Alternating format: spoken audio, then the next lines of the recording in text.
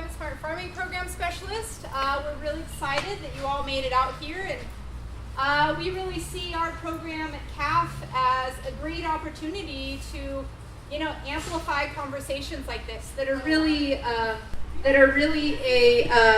interface between the interests of farmers as well as environmentalists. Not to mention our broader general public, right? This is a public issue of climate change. So without going on too much here, I'm going to go ahead and introduce the panel, and what I'm going to ask actually is the panel to introduce themselves. But just briefly, Jessica Chartis is here with us. She's a soil scientist from UC Davis. She's currently doing research out at Russell Ranch, which is a long-term research facility that does these long-term research projects looking at different aspects. Jessica's work, particularly interesting for this conversation, she's doing a lot of work on soil carbon down there. David Johnson, obviously at this point you need no introduction. And Keith Abels is with Sonoma RCD. Sonoma RCD, as well as Napa, Mendocino, and Goldridge, I believe, are working together along with other RCDs in California to really promote carbon farm planning. And he's going to be able to tell us a little bit about that. Paul Kaiser, I also doubt needs an introduction, but Paul Kaiser of Singing Frogs Farm here in Sonoma County had a really innovative intensive no-till vegetable production model that many people are calling sort of organic 2.0. So the first thing that I would like to ask the panel is to go ahead and introduce yourselves and tell us a little bit about, your work and sort of your interest in being part of this conversation. Okay, so I've already been introduced, but I'm Jessica Chartis. I'm a PhD student at UC Davis. As Sarah mentioned, I'm doing work at the Long-Term Agricultural Research Station out there. Basically, it's looking at different management systems, so different nutrient management systems, different irrigation systems, different crop rotations. And what's pretty novel about it is not only is it a large-scale agriculture operation, so the experimental plots are actually 1 acre in size, but it's representative of the farming operations that are going on in the area. But also the sampling goes up to 3 meters deep. So as you mentioned, you like to do the top foot. A lot of research in carbon sequestration tends to go maybe to 15 centimeters, maybe 30 centimeters, which is good, but if you can get a little, soils are open systems. Carbon moves at depth through a lot of different mechanisms. Whether it's from the roots themselves or other mechanisms like preferential flow paths, what we call bioperturbation, so organisms actually moving around in the soil. They don't know that you're only sampling to 30 centimeters, so they don't cooperate so well with that. So we're looking to 3 meters deep and analyzing the change over time. The experiment was set up in 1993, so my sampling is actually looking at 20 years of management. And I guess, should I mention this now? The results have shown so far that the organically managed systems, which receive composted poultry manure, were the only ones that were significantly able to sequester carbon in this Mediterranean arid climate where you have tillage practices going on. They, in the 20 years, they sequestered 20 megagrams of carbon per hectare, which seems small now compared to what you've just shown. But if you look at the other management systems, they're either staying stagnant or which for our systems, since they've been so highly cultivated for so long historically, they're already below saturation. They're already slightly depleted in organic matter. And so these systems aren't doing anything to bring them back up to baseline. And some of them are actually continuing to deplete over time. So my interest in this, actually, just to give you a little bit of a personal account, I started off my post-college career in corporate sales, and I was selling pharmaceuticals, selling antibiotics, started to kind of go down the wormhole, so to speak, learning about the implications of our overuse of antibiotics. And getting into nutrition, all these different things. And the funny thing is, the more questions you ask about anything related to nutrition, environmentalism, socioeconomic justice, the more times you come back to soil. And so that's what makes me a soil nerd.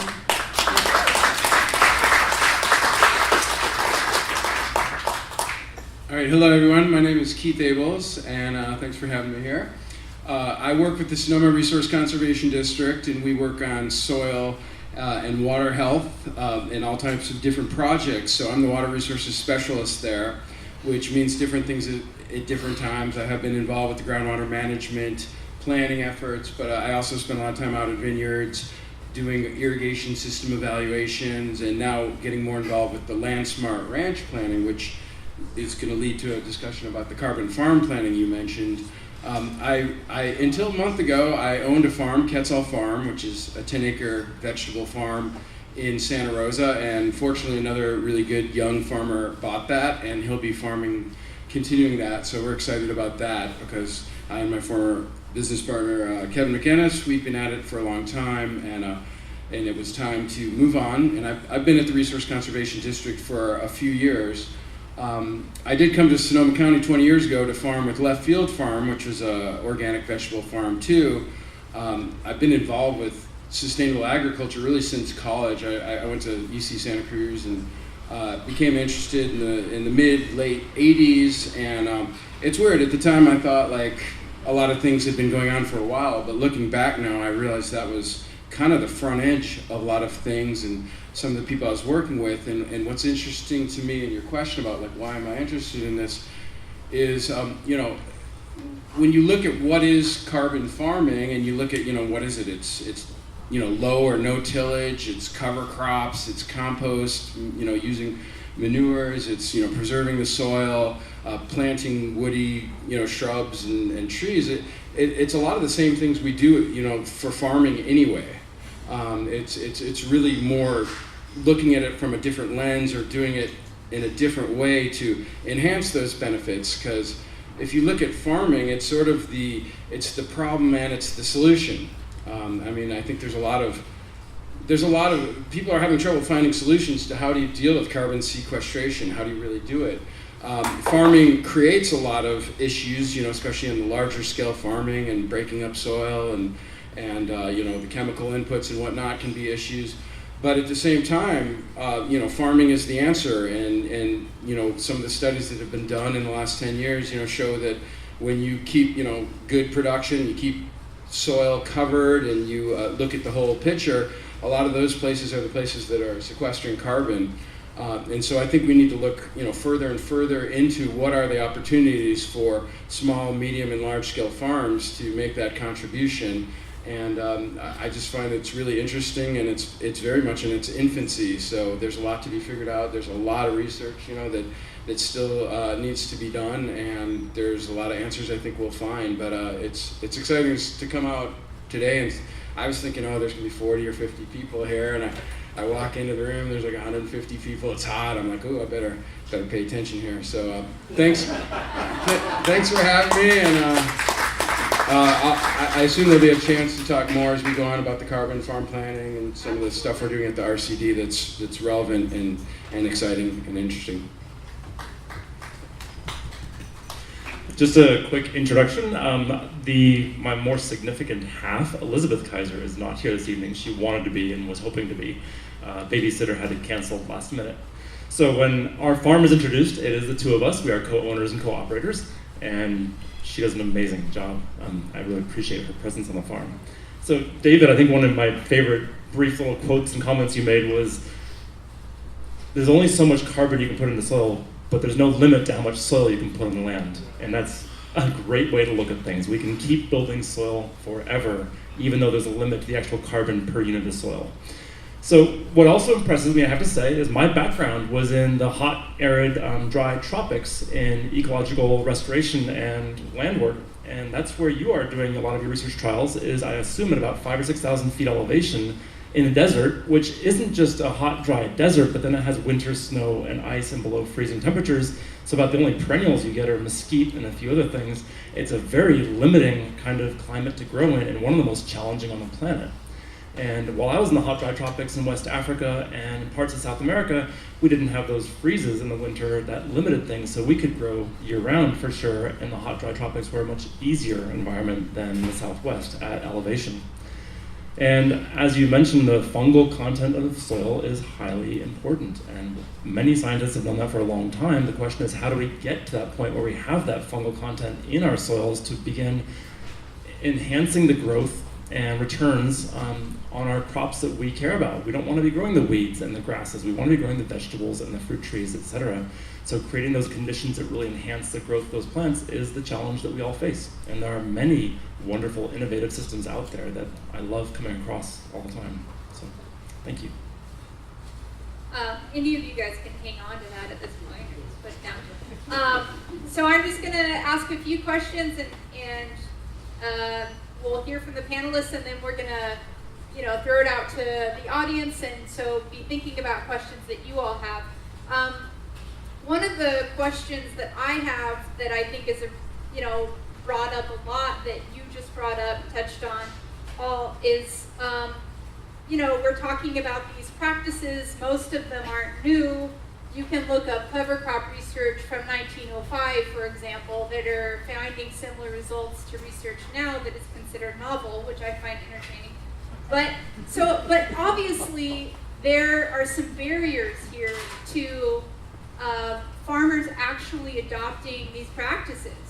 Not just one, but what if, what's the importance of adopting one of these practices like compost or cover crop or no-till versus adopting a number of them and seeing the interactions of them? And if you guys could speak to that, and also speak to what are the practical limitations people are up against? What are the barriers to adoption that we're seeing that we really need to focus on?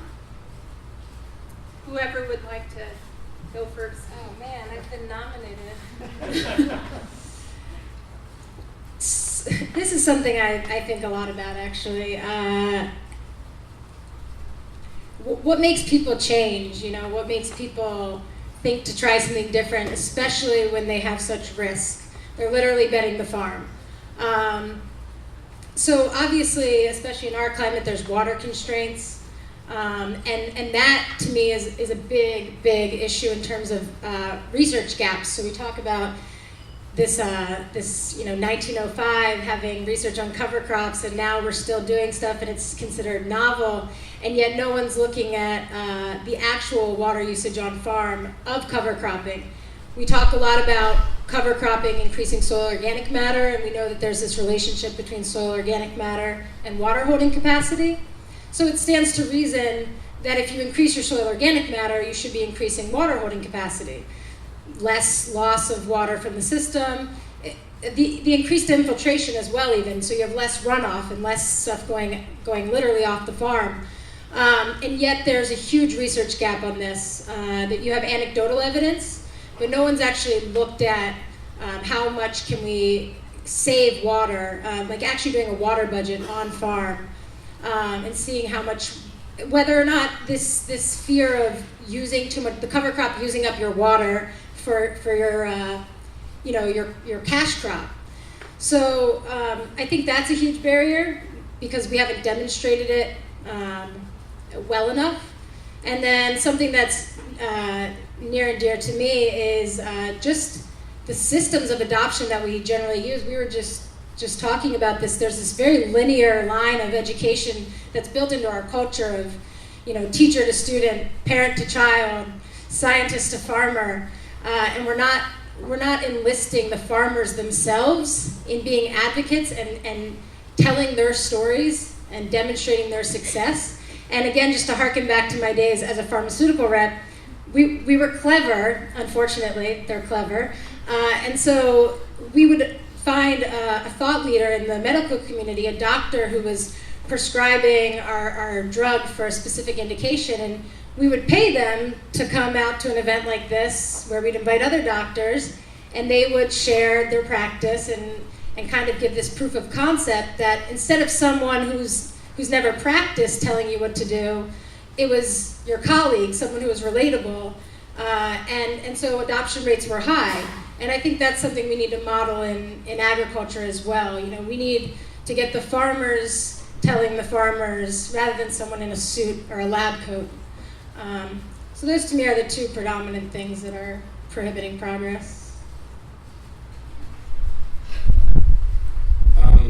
I'll say money and time.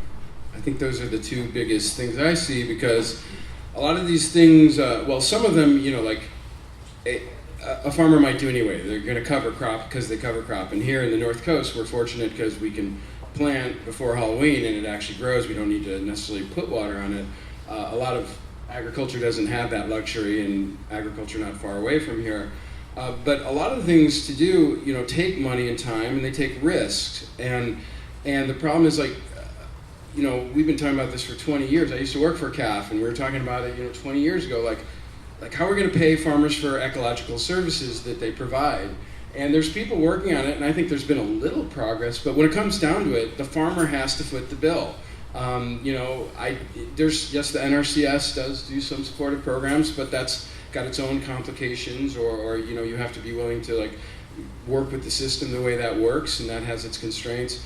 But when it comes down to it, like, you know, a lot of people, if they want to have a hedgerow, they need to pay for it, and the hedgerow will provide benefits like beneficial insects, or, you know, erosion control or windbreak, but it's hard to monetize that or to see the direct benefit of that. And so a lot of times a grower will be like, yeah, I'd love to do that, but unless someone's going to pay for me, I don't think I'm going to do it. And I think even more so, a lot of people just don't have time. I mean, they're so busy. I mean, look at this year. All the farmers are a month behind because of the weather. I'm not going to put down the weather. It's been great. I love this winter, but it's hard for people because everyone's like in a bind, and they're running and they're racing. And at the RCD, where I was in the business of trying to talk landowners and into doing things, you know, into doing projects, and a lot of people are like, yeah, that's great. I'd love to do it, but, you know, call me back in a month, call me back after harvest, call me back, you know, sometime later. And I understand that, you know, as having farmed, you know, a bunch of time in my life, there's a lot of reasons why planting the hedgerow or changing your system or doing the research, you just don't get to it. Or you always have the best intentions, you're like, I'll do that in the winter, and then winter's over, and you haven't done it. I think the last thing I'll say about this is sort of risk aversion. Farmers are habitual.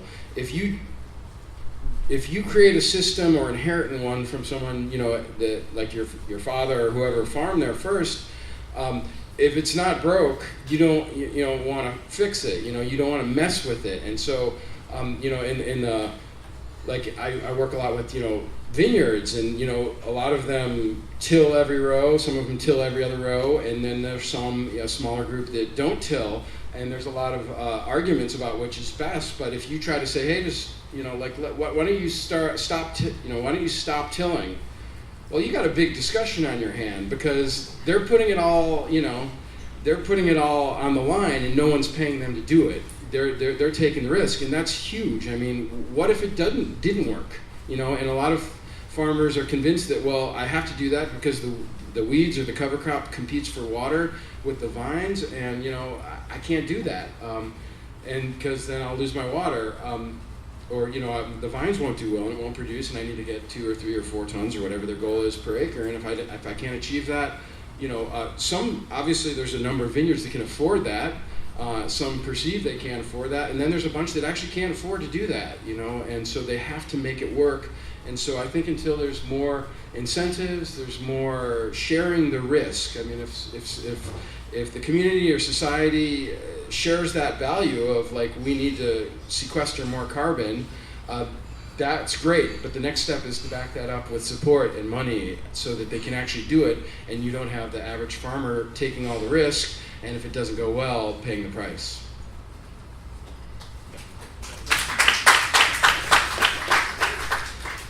Definitely, and on the positive side, change does take time. And what I have found definitely that leading by example and farmer-to-farmer visits and identifying people who are doing excellent practices and getting other farmers to visit those practices is a big inspiration to getting change to occur and change to happen. But a lot of times we also find our farm I glossed over Singing Frogs Farm in my intro, but we are an intensive, no-till, agroecological vegetable farm here in Sebastopol, about a half hour away. We are really highly productive. We use a lot less water than we used to, and our organic matter has gone up from about 2.5% up to 8, 10, 11, 12% organic matter. Carbon increases as well.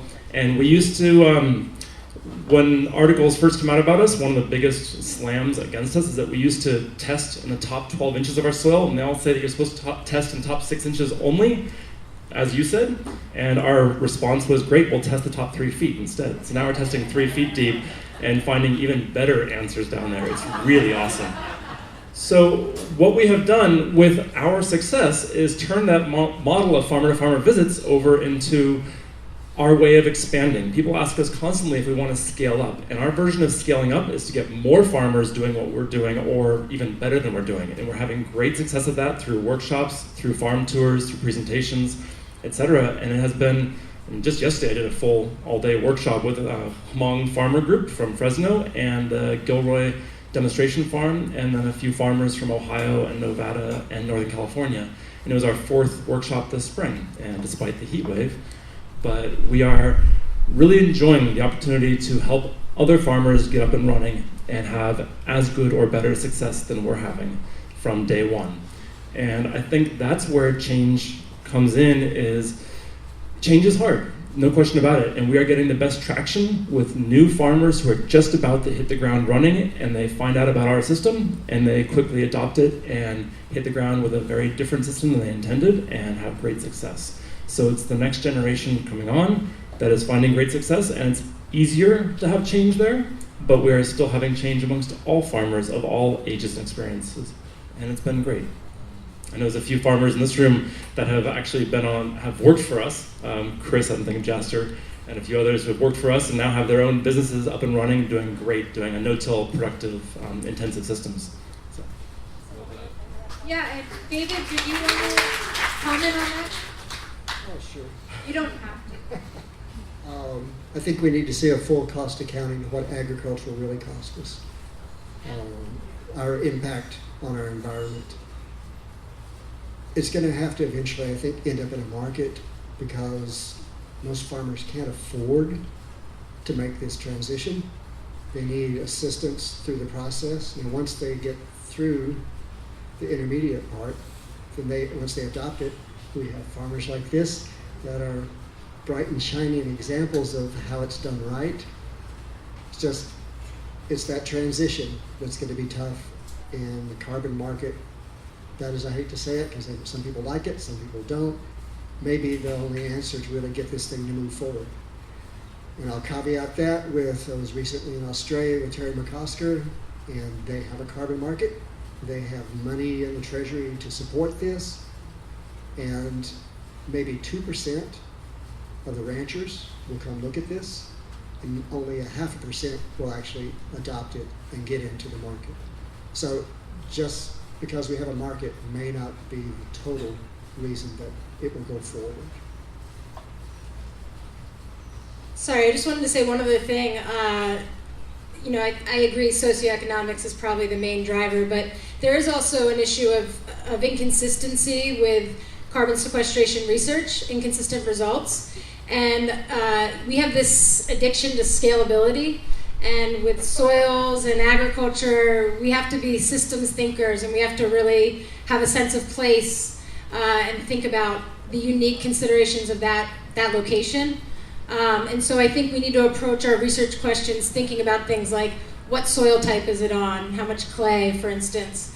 And actually comparing like to like, rather than just kind of doing across the board and then having someone on completely different system having poor results and then saying, oh, well, it all must be wrong. We probably have to think about the unique considerations of each location. So. I know everybody loves to hear an academic say we need more research. We do. We need good enough numbers that this is reliable to our policymakers. I'm working with Peter Bick and Richard Teague on a project that they're trying to put together.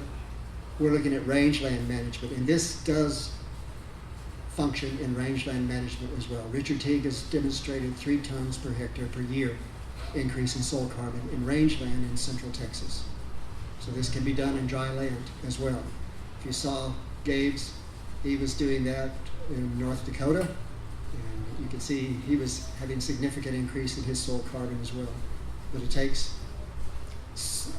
reliable enough data for our policymakers to move this forward.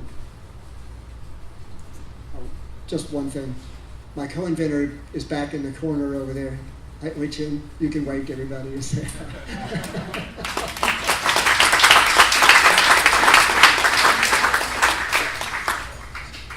she's a good balance to me. She challenges me on everything. So. Balance. It's important in all systems, right? Including people systems. So I'm really glad you guys commented on that. What you said, Paul, I just want to mention, CAF is actually working with Singing Frogs Farm on this different kind of scalability.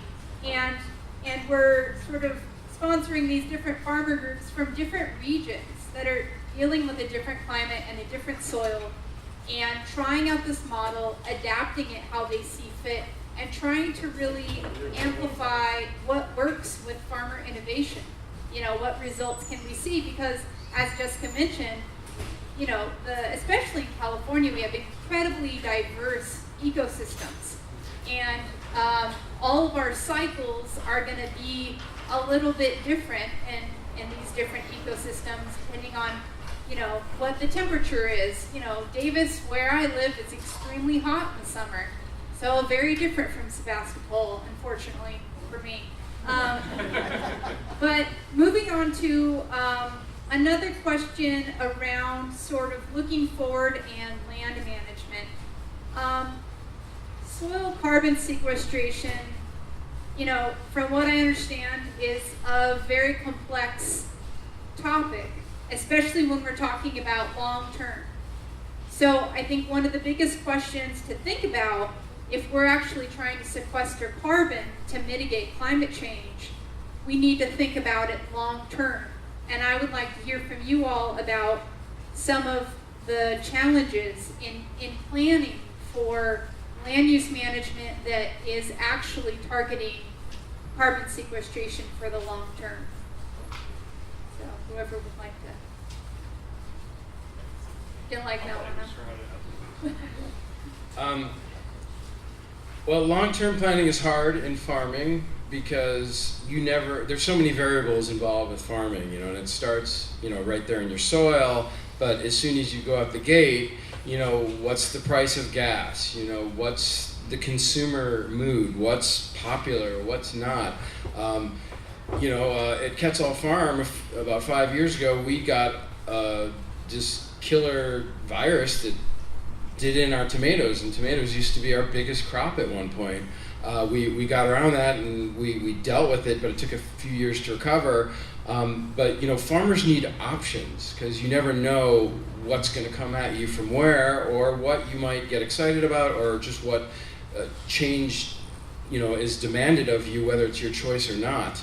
And so, I think it really depends on the site you're farming at, because if you're on a tight acre, you can't really think long term because you're going to need space for your rotation. You know, you can't, I mean, you need all that space. If you're farming on an acre, you're not going to be making necessarily a lot of money, so you're going to have to maximize it and be really intelligent. And what makes a lot of money now might not later. I mean, we used to grow padron peppers and get $20 a pound for those. Well, those days are long gone. So, you know, you have to make changes. And so I think if you have the right site where, you know, some sites have wooded areas and forests or margins or fence lines that they're never going to plant because they need it for, you know, for whatever reason. Those areas become good for carbon sequestration, especially for like long-term woody plants. When I think long-term, I mean, switching to no tillage is a good long-term strategy, but like in terms of woody plants that sequester carbon, that's a really strong way to accomplish that. But then do you have the space to do it? And what if you plant a hedgerow and then, you know, 12 years later you realize you need that space because of one of these variables. You might have worked yourself into a corner, which, farmers at one level, I say they're habitual and they're stubborn. At another level, they need flexibility, because otherwise they'll get sunk by something. Don't know that I've wanted the microphone yet, but we definitely, there's a lot of variation in farming, and we have put in a numerous quantity of hedgerows and perennial woody twiggy native shrubs on our farm, and I will never regret that decision and never pull them out. But they are not my main carbon sequestration on my farm. What we are aiming for at Singing Frogs Farm is to make our vegetable production what improves the soil. And we have done PLFA and other microbial soil analyses in our roadways and in our vegetable beds 30 feet away.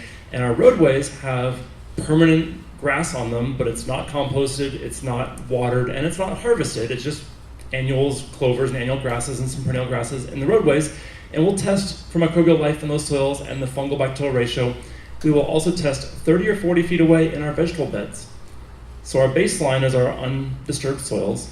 And what we find is in the crop production soil, where we're actually growing our economic crops, we have 3 or 4 times the amount of microbial life and a much better fungal bacterial ratio with no stress in the system and great predator-prey ratios between the nematodes and everything else. So in fact, our very act of growing vegetables, the way we grow them, improves the soil dramatically over soil that's untilled, undisturbed, and unused. So by using the soil, we have made it better. And that's the system that we need to start focusing on. And that's what all human modes of production need to start thinking about, is how do we start changing our modes of production so they don't have negative externalities, but rather have positive externalities. So that by the very act of producing something as humans, we make the world better, not worse and more challenging. So that's where we want to go with that. And I think the vegetable production for us is what we focus on. Gabe Brown, up in North Dakota, I'm always thoroughly impressed. One of our employees last year is now his employee this year, and that employee is getting a nice world tour of some pretty cool farms. But Gabe Brown has brought his organic matter up from 1.9 to 11 or 12% on 3,000 acres in the Dakotas, where you only have half the year to grow something, and half the year you're under snow. I mean, that's impressive to me. So again, many, many, many awesome examples around the globe at all different levels of production, where you can build back soil, sequester carbon, increase fungal bacterial ratios, et cetera, and get better productivity and better return on your investment out of it. So. You're here.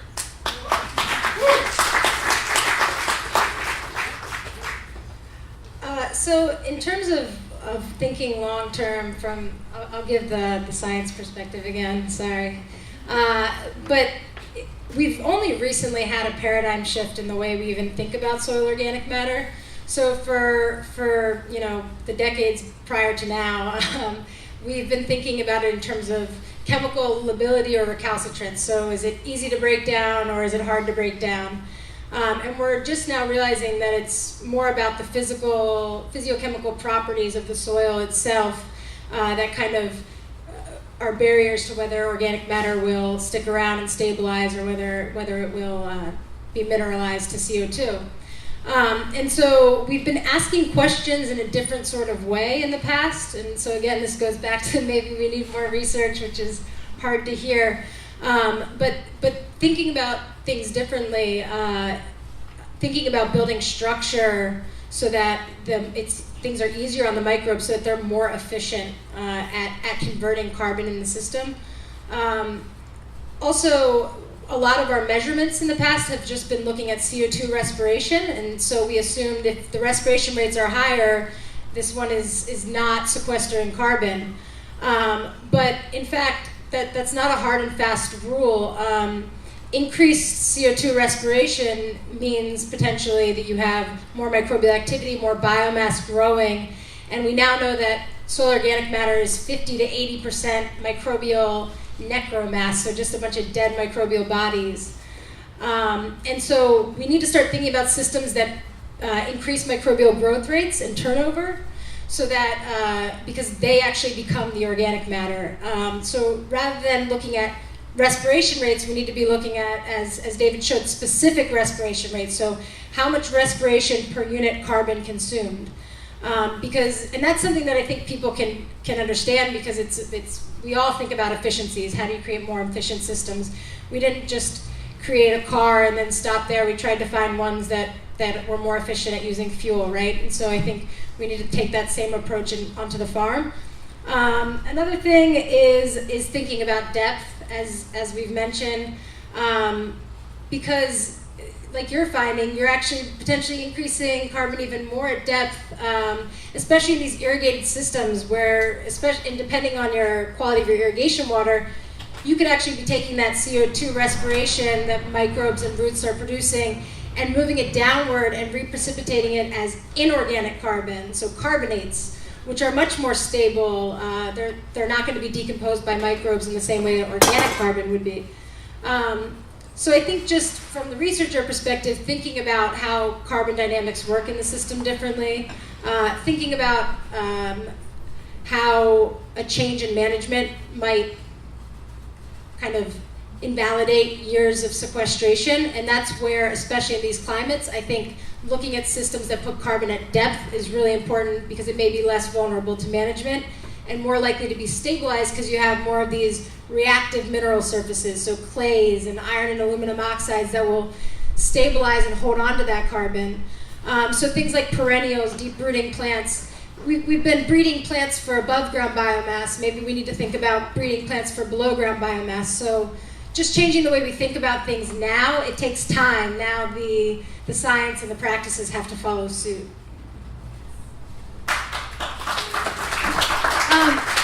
So I'm going to stop with my questions there and actually turn it out to the audience. And since we're using the mic up here, I'm going to try to listen really carefully and repeat your question.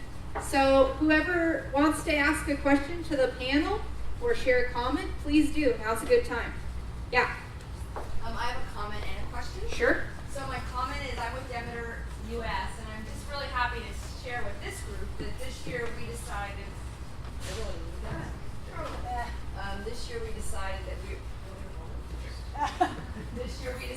That we were going to start measuring soil organic matter on all the biodynamic farms. So every year when an inspector visits a farm as part of their annual inspection, they're going to be taking a soil sample from the production field, measuring it for soil organic matter, and we hope to use that data both to work with the farmer over the years. Like an ice cream. We hope to use that data every year to work with our farmers to help them have a tool to help them pay attention to building soil carbon. And I was really impressed with your numbers. I mean, seriously, Paul, that's pretty awesome. But in addition to that, being able to aggregate that data to give voice to power about the ability of biodynamic and regenerative, of course, agriculture to really impact climate change. And yeah, Sonoma County has the most biodynamic farms in the country. In fact, 10% of the biodynamic farms in the country are here in Sonoma County. Some of them are in this room, so it's something for us to be proud about here. That's my comment. My question is, this is awesome, and we just spent 2 hours talking about it. How do you talk about it in 30 seconds or less to the average consumer? And so my question for you guys is, do you know about the 4 per 1,000 initiative? And I'm wondering if you could speak to that, because I actually think it's a simple way to talk to people about it. But I'm really interested, David, in how you feel about the data behind that. So just to repeat the question for folks that didn't hear, she's asking about, well, we just spent 2 hours talking about this obviously complex subject. How do you boil it down and deliver it in 30 seconds? And you asked about the 4 per 1,000 initiative. Are you familiar with this? Yes, I presented at the National Press Club for the 4 per 1,000, this research. And they have lofty goals, but it's achievable if we have to look past the carbon and look at the biology. Carbon is part of it, yes, but it's the biology that makes all this function. It's the biology that's changed this planet. It's the biology that will change this planet again. It's an energy equation in these soils. They're just like us. Without energy, we're cavemen. Or women. Add a little more energy, we have population increases. A little more energy, we'll have specializations. A little more, we start to have mutualisms, and eventually we achieve synergy. It's realizing what that microbial community structure is that makes all this work. And it would be interesting to see you do that, you look at that on your farms as well. In fact, if you have some of the, was it the A500? I would like a small sample so I can do a metagenomic analysis on it and compare it to see what I'm coming out with in this composting process. Right, we'll be happy to get that to you. Okay, we'll change names after this. Okay. Okay, we have a question from Terry. Terry Harrison? Yeah, I want to comment on the cost.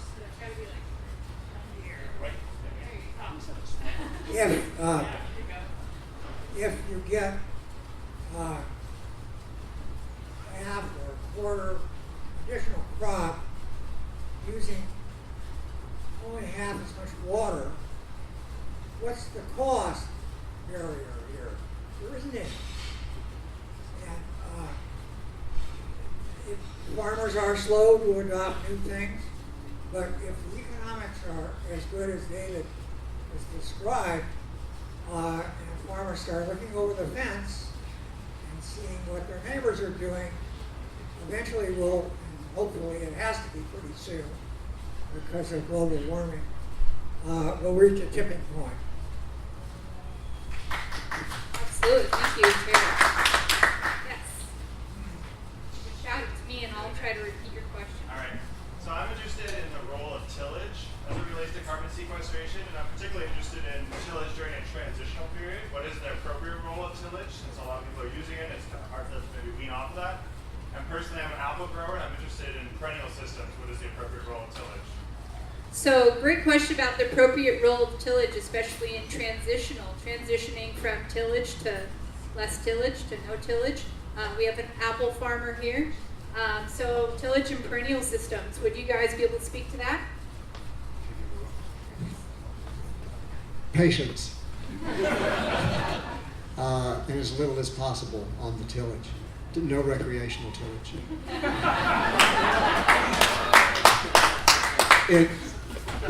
The biology will do it. The biology will open that soil up once you have earthworms working in there for you. To give you a comparison. You tilled in your system, though. I'm curious why in some and why not in others. Okay, I tilled in mine. Decision-making framework is what I'd love to hear about. Yeah. Why can we till, when might You know, every location is different. I think we've established that. I tilled in mine because I'm in a desert environment. I'm looking at 115 degrees in the summer. I'm looking at humidity levels at 10% or less. I lose an inch of water a day in an area that only gets 9 inches of water a year. So it doesn't work for me to leave that on the top of the soil. It's too dry for the organisms to come up and break it down. The sunlight breaks it down. It blows away. So in that case, I chose to disc it in. I chose to disc it in as shallow as I can, to disturb it as little as I can, to try to preserve the community structure of all the microbes. And if you saw that, that's a nematode, most massive animal on the planet surface. Gotta give these guys their credit due here also. And all the protozoa, you saw some pictures of those. They're all important in this, and you have to preserve that community structure completely. But patience, I know it's tough, because the bottom line is the bottom line. You ask a great question. I mean, I think tillage is maybe one of the most important questions to be asking, and what we need is answers. So we do need research, even though I'm not a researcher, I'm not an academic. More research is definitely needed, and I want to tell you just a little bit about something we're doing at the RCD that I'm actually very excited about, because I go out to these vineyards all the time, and you see these three different patterns: till everything, don't till, or alternate row tillage, which has become, I think, more popular, that alternate row tillage I see the most. And so I always ask growers, why do you do this? You know, it's maybe not even relevant to why I'm out there. Why do you do this? Why have you made this choice? And so you get a lot of growers, well, we have to do that. You know, we have to do it because, you know, otherwise we lose all our water, is generally their reason. Or, oh, you know, if I do the alternate row, then I get the benefits of both situation. But I've never actually seen a study, and I've certainly not seen one for the North Coast vineyards or North Coast anything, that actually talks about it. I mean, I found, like, you know, corn growers in Kentucky or, you know, what have you, and that's nice, you know, something in the Midwest, but it's not what we got going here at all, and it's not the same equipment, it's not the same crop, etc. So we have a project that the NRCS just funded, where we're setting up 3 treatments: alternate row, full till, and no till, and we're gonna do this for like 2 seasons and hopefully get funding for more. And we're gonna put soil moisture probes, working with Mark Greenspan, put soil moisture probes right in the middle of rows, and then we're gonna do these tractor rows with those different, do 3 repetitions of each, and of those 3 treatments, and we're gonna measure that each year and see what are the curves, because I have a feeling you'll see something where there's actually more water than you think, and then maybe at some point then you'll see that change over to where there's less water, where there is cover. But I don't know, everyone has an idea, and some people have extremely strong ideas, but you know, the proof will be in the data. The other thing we're doing, we're working with Josh Beniston from the soil scientist at the JC, and he is going, you know, he's going to help us with the science experiment. We're out there actually taking soil cores, and I will say, as a quick but relevant aside, is we were the cores we took from the tilled area were actually much harder to auger. And you know, it wasn't easy yesterday with the heat, you know, it was bad timing, but they were much harder than the rows that weren't tilled. And I thought, oh, maybe the tilled rows would be easier because they've been tilled, but they were significantly, like, obviously harder to auger. And then sure enough, you get to a certain point and it was pushing all the rocks to like where the plow pan is. And so that was making a difference. So once again, that's anecdotal, and I want the numbers to tell me. I don't want to make too much of a judgment. I want to do the test and see what it is. So we're out there yesterday taking these soil samples, and what we're going to do is we're going to have these baseline now. What's the bulk density of that soil? What's the, you know, what texture is it? What's the bulk density now? What's the water holding capacity now? What's the carbon content now? And then in 2 years, after we've done these treatments with different cover crops, we're going to take a look at, you know, where's it at then, and see what kind of changes. Now 2 years, as you know, isn't necessarily enough time to see those changes, so we're going to try and figure out a way to fund this beyond. And we're also going to, you mentioned earlier, there's this Mendocino Soil Health Initiative that's the Mendocino RCD is leading, that's going to be in our county, Napa and Mendocino, and we're going to be setting up demonstration sites. We're going to be doing, you know, different types of, looking at some of these different practices, holding workshops. You asked the question, I'm wondering how we're even going to give the message to growers who already know a ton of stuff about this. I don't know how you do it, put it into a 30-second soundbite, but when you figure it out, please call me and tell me, because, you know, this stuff's complex. But we're going to use that other project I'm talking about, and we're going to try to build on this project I'm telling you about, and you know, and then we can go to the growers, and instead of them saying, well, we got to do it this way, we can start saying, well, here's what we found, and farmer to farmer is everything. I think, you know, a farmer's not going to, they're going to listen to a farmer before anyone else. And you know, we used to do a lot of that with CAF workshops, and half, you know, like 40% of the workshop would be the presenter talking, and then most of the time the farmers were just like blah blah blah, because they all want to like talk, share notes, and talk about this stuff. And that's what gets them excited. And I think what you're talking about, you know, Paul's got a good model there. If he can get 100 farmers in his lifetime to do this, and then they get another 100 each, well, maybe then we'll start to see some benefits. Thank you, guys. Unfortunately, we're going to have to end the questions on that note. We're out of time here. All right, one thing I can't say. I have looked at this in a conventional soil. They were out ripping it in the field one day. They were in granny gear, and it was black smoke pouring out of the pipe. I had them come over and do one rip through my second gear, straight through, after 3 years. So it takes. Research, 2 years, won't do it. Start there. It's a start. If any of you are not happy about what the government did with your taxes, I do have 501(c) that you can donate to. sorry, this may be slightly unpopular, but I just want to say, again, I think there's parallels in society of this, of having to be extremes, like you're a vegan or you're paleo, you're left or right. I think that tillage is a tool in the toolkit and it should be used appropriately, like you said about recreational. They've done studies on deep plowing in the Central Valley and shown that actually it increased carbon significantly at depth, that turning of it stabilized a whole bunch of carbon deep down. If you are not getting your roots penetrating deep into the soil because you're not tilling, then you need to be thinking about potentially allowing yourself to have that. And like you said, it takes time. The biology isn't going to come back overnight. Yes, earthworms, yes, cover crops like daikon radish and things like that can create these pathways that allow your roots to be able to get where they need to go. But you can't just invalidate it off the bat, and you have to take this "it depends" approach of, are you on a really clayey soil, and are you using equipment that's compacting things? And we just can't be so black and white about things. Agreed. All right, well, let's give a big hand to all of our panelists.